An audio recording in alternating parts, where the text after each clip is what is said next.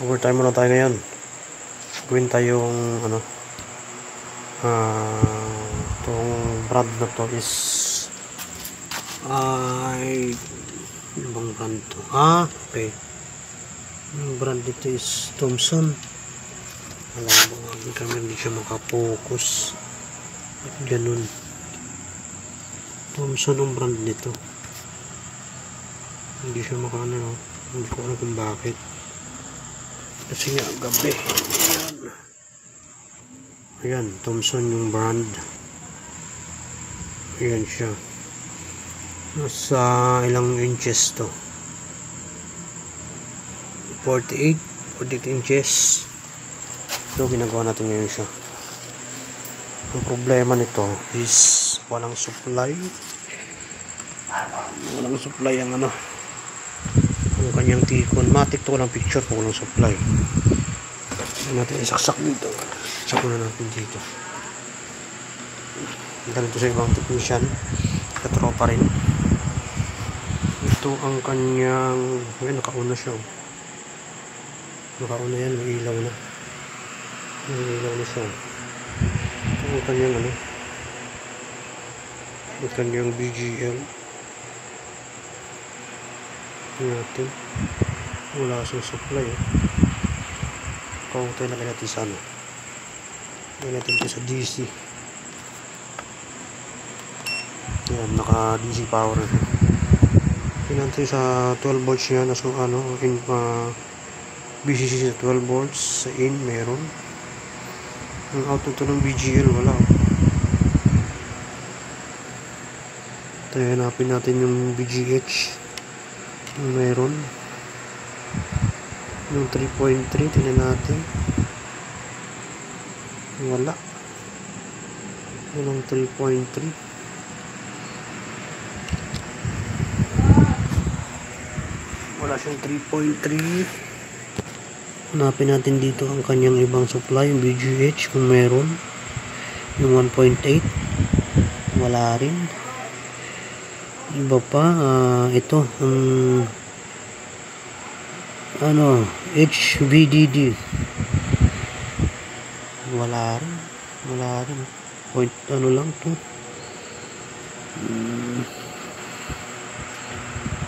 Wala siya. Ito ang BSS, ito ay VGL din, negative supply din, wala. 0.5 lang din siya, wala siyang supply. Ayan, wala supply.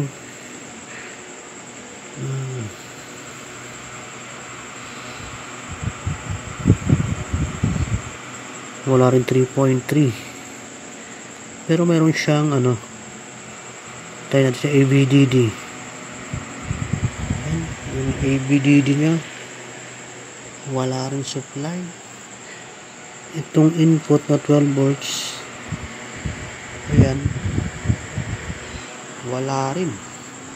Pero meron siya dito sa kanyang fuse.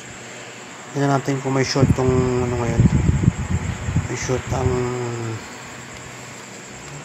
kanyang tikon o kaya panel. Try mo natin maghang ng ribbon.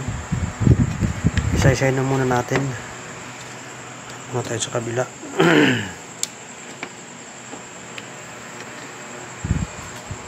Tayo natin, may power na. Umilaw na yung umilaw na.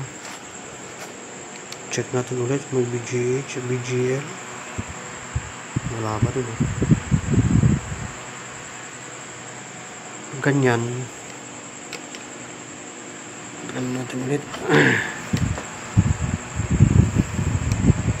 Kabila nito. Kabila natin. Tanggal natin lahat yan.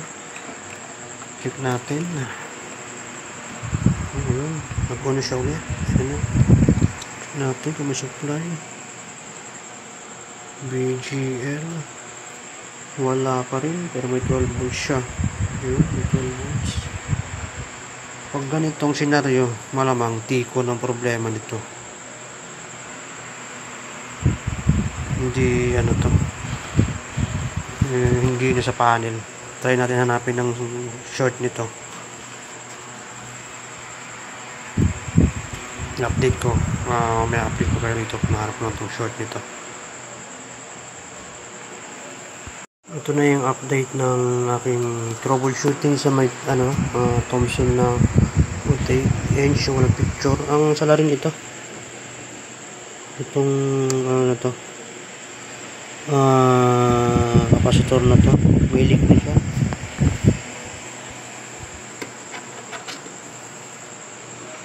Sukatin natin.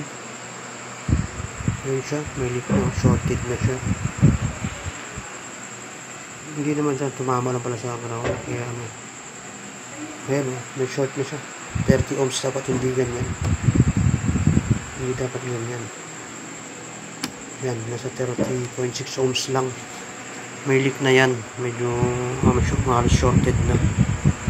Ang term ng iba dyan, nakipagtalo pa sa akin dati. Yan ay grounded. Lahat naman may ground. Ang tamang term dyan, may leak o kaya shorted. Yun naman yun No, try natin kung may supply na.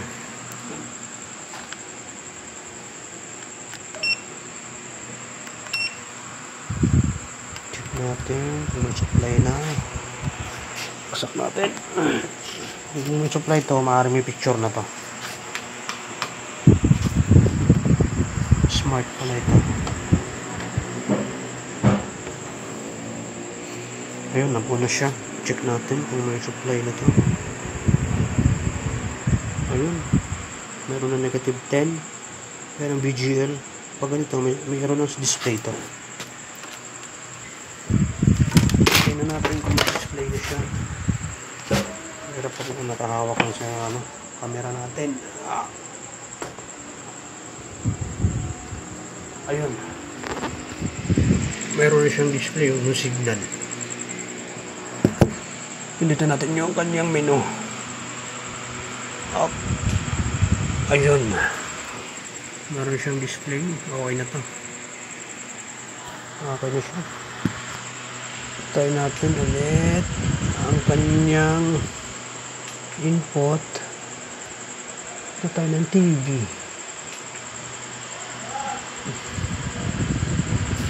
Meron na siya. Ayun.